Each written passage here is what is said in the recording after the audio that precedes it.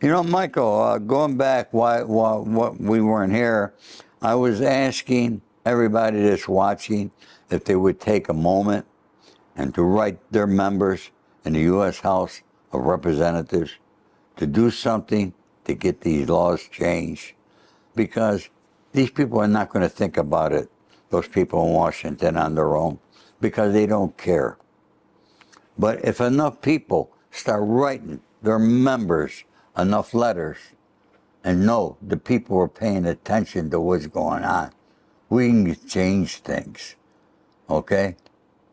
So, No doubt about it, man. yeah. You know, Michael, there was a documentary about you called The Sentence of Michael Thompson. I don't want to get personal. Did you make any money from that? No, I didn't. None. None whatsoever. Normally, Michael, I could tell you, documentaries do not make a lot of money. They don't cost a lot of money to make. But normally when they're doing them on an individual such as yourself, there is money that they should be paying you for that documentary. I wish I would have known you at that time, because I had entertainment lawyers that know how to do that stuff. I wish I'd known you too. Yeah. But anyways, you know, we know each other now, Michael. And, you know, anything we could do, you and I, and get more people like us to change these laws that are illegal and unconstitutional. And I'm going to be one of those people, and I'm going to say, you know, I'm Italian. You know, so I say the RICO Act is illegal and unconstitutional. Because the RICO Act was designed, people think it was designed to go after the Italians. It was Rudy Giuliani who did it, an Italian who went after the Italians, okay? But it was Richard Nixon who signed the RICO Act. And from my readings, Richard Nixon signed that into law with the hopes of stopping the war on drugs. Okay? Well, as we know, from Richard Nixon to now, nobody's going to stop the drugs from coming into this country.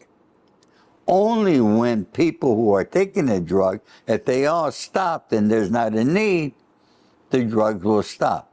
We know it's never going to happen. This is going to be a consistent war, and there's going to be new drugs coming out all the time. But, you know, I could walk down the street right now with 3 pounds of weed and nobody's going to touch me. But yet you did 25 freaking years in prison for it. What is your personal feelings about the legal system and our politicians? You heard mine. What is yours? I just think they turn their head to a lot of things that they shouldn't turn their head to. And just like my slogan, Michael Thompson Clemency, my slogan is, all you got to do is care. That's my slogan. All you got to do is care? All you got to do is care. And if they cared, they can straighten all this out. It seems like nobody don't care no more. It's all about politics. You know, these young people, they tired of hearing these clever speeches. They tired of hearing these clever speeches from these politicians. That's the reason why when I talk to a politician, I tell him that I don't trust him and I don't like him. I don't trust none of them, and I don't like none of them either. But you know, there's people like Lab's Prisoner Project.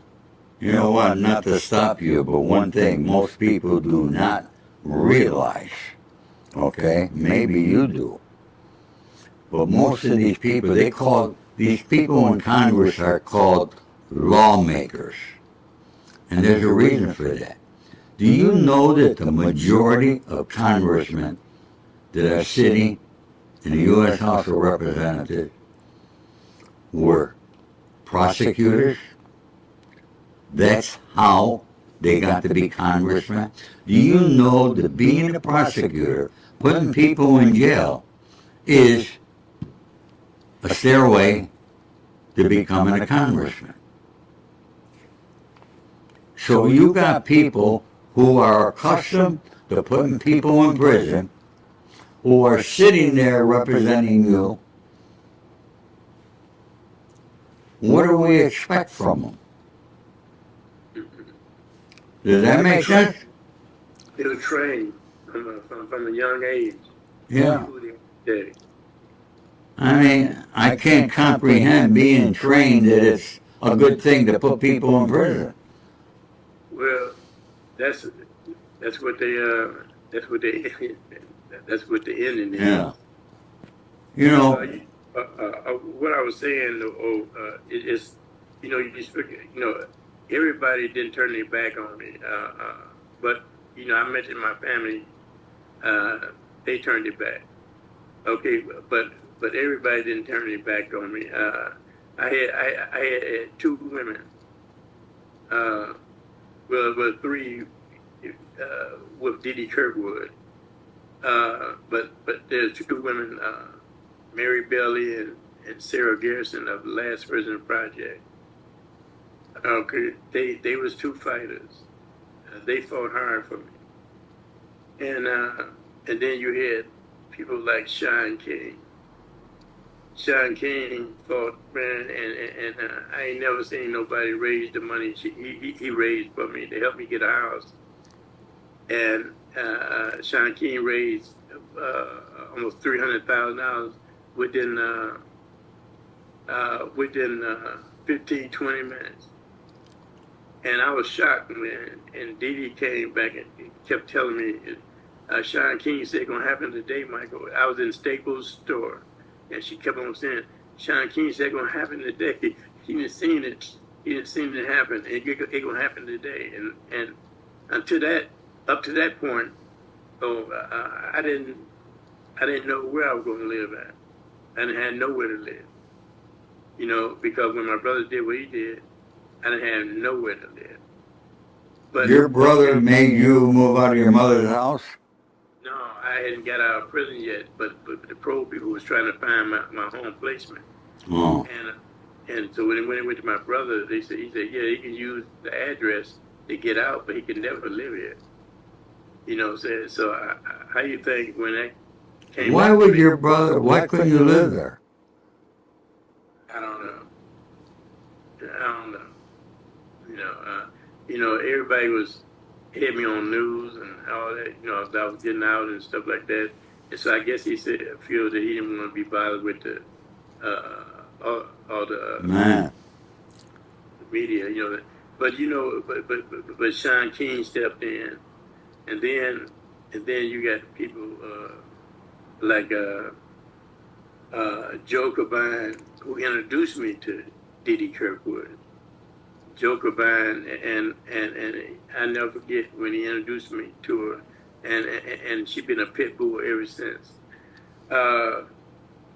Steve D'Angelo. Dee Dee and Steve D'Angelo is one of the originals of the Last Prison Project. They ones that's been there a long time, and so Dee Dee, it was in our nature to do with Last Prison Project, and Joe Cobain taught her to do, But the thing is, now she took it 10 steps up, and she really stood up for me, man. And that's how I survived for the last 8 years. That's how I survived, man. She made sure, because I love to eat tuna fish. And she made sure I ate a lot of tuna fish. So, yeah. And she really looked out for me. So I'm really, truly blessed to have good people that stepped up. And then when I formed the Michael Thompson Clemency, would you explain to people how they could help you, Okay, can they donate to Michael Thompson Clemency? Yes. All right, would you let the people know how they can do that, please? Yeah, well, all they can do is go to Michael Thompson Clemency, and everything's right there. And also, you got two guys. You got Marshall Clovo, and then you got Mike McCurry. Those are the ones that run everything as far as my people sending money, because Snoop Dogg gave us some money. Oh, yeah? Yeah, Wiz Khalifa gave us some money. Who And, did? Alicia Keys? Wiz Khalifa. Oh, yeah, Queen Latifah? No, Wiz Khalifa. Wiz. Wiz? Wiz Khalifa. I don't know her. Okay, but That's nice, so that's good. And Snoop Dogg is a really good guy. You know, he did a very honorable thing. He brought Michael Harris. You know who Michael Harris is? Michael Harris. Yeah, you know who he is? No, I don't know that. Michael Harris did. He's the guy that, Death Row Records. huh? Death Row Records. And Death Row Records. He's the one who put the $1 million up for Suge Knight to start Death Row Records. Then he got put in prison, okay, for crack cocaine. Had to do with the CIA. And Michael must have done over 30 years in prison between state and federal. And he did get a pardon from Donald Trump with the help of Snoop Dogg. But Snoop Dogg now owns Death Row Records, and he gave part of that, all right, which was very honorable, back to Michael Harris. So Michael Harris now owns part of Death Row Records. But, you know, we're talking about laws, we're talking about people that were busted, we talk about people who had done time.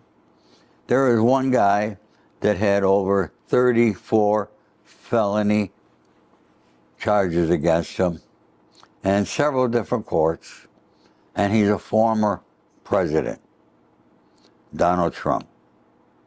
What do you think about the charges against Donald Trump? Well, let me say this. Donald Trump, all the crime he's doing, and it's really justifiable for what they're doing to him and the charges they brought against him. It's justifiable. But what Donald Trump is doing, what blacks been crying for years, and it wasn't justifiable. That's right. And see, so Donald Trump is crying about something that's been done to blacks for years. Everything, all that crooked shit, you know what I'm saying? All them stacking charges and all that. That's been done. I spoke about that earlier, about stacking charges.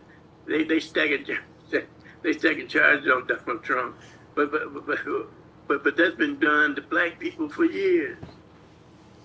So if he feels that bad now, well, he should feel bad for people of color. You know what I'm saying? The things that's been happening to them for years. You know, through all this year, all right, I could have liked him. I don't like him, all right? Don't get me wrong, okay? But with all these charges, all he's doing to fight the criminal system, he's never come out and said, these laws need to be changed. If I'm voted in president again, I'm going to see. No, he wants, I'm the victim. They did this to me, boo, boo, boo, boo, and he's crying like a baby. And there's a couple gangsters out there, they know who they are, okay, on YouTube, all right, that are sucking up his ass. And I don't like that, personally, okay? You know, I got indicted. You need 2 predicate acts to be indicted on a RICO charge. They come up with the 2 predicate acts.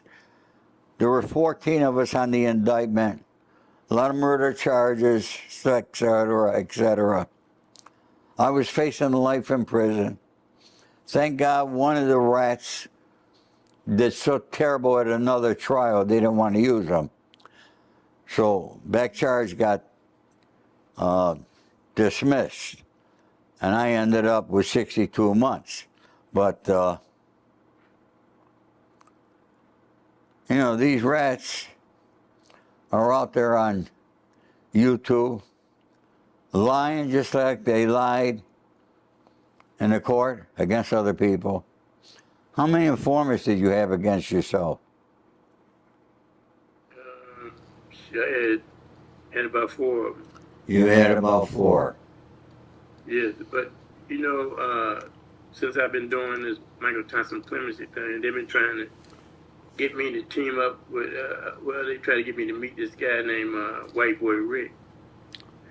You know, and White Boy Rick, you know what I'm saying, him and his father told on everybody.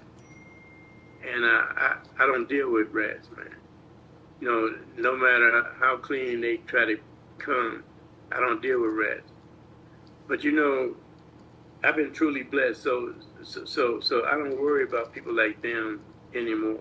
I've been truly blessed to have people, you know, just I got cut off earlier, and I'm just truly blessed to have people like Cresco Lab.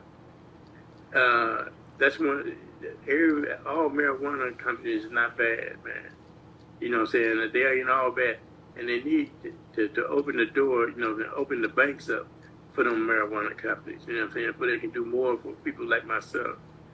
But if it wasn't for Cresco Lab, I don't know where I'll be at today, man. I'll be nothing, man. They really support me, the owner of Cresco Lab. Really had my back since I've been home. That's awesome. And I was blessed to have Charlie stick by me, and he haven't abandoned me yet. Right. Michael, let me ask you now, you know, you've been out only 3 years, and you're probably just getting accustomed. You're going to be off paper in January, right? January 28th. January 28th. Almost February. So it's only 5 more months you got. Yeah. So listen, I want you to be a good boy. And in 5 months, when you're off paper, I think we should come back to this here. Where do you want to be? You're a young man of 73 years old. You have the Michael Thompson clemency thing going, all right, where you're trying to help others through this organization. And we both agree that we got to get these laws changed. So where do you see yourself 1 year, 2 years from now?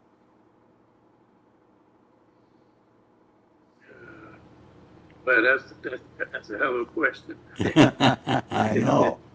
Well, that's a hell of a question because, you know, I got so many people that depends on me. I got a granddaughter, Tara, a daughter, Princess, daughter, Rashana, daughter, Evita, daughter, Lafita. Boy, how many kids you got? I got 3, 4. 4. Well, those are your grandkids you're talking about. Yeah, no, I'm talking about my kids as well. And then you got Bianca, you got Tyra, you got Lana, and then you got my great grandson Eminem. Then you got my grandson Malik, and then Mikey. So I can go on and on. I got a whole tribe, man. I got a whole tribe. Grandkids looking up at me, you know, for help, man. And I would not. If a person want to make me happy, do something to take the burden off of them. Help me put some clothes on them. help me, pay some of their bills off that they don't have to, deal with this from the day to day. Help me help them. I love to see them smile, man, but I don't like to see them sad or cry. That really is. I don't like. I don't want to see. I don't want to see that.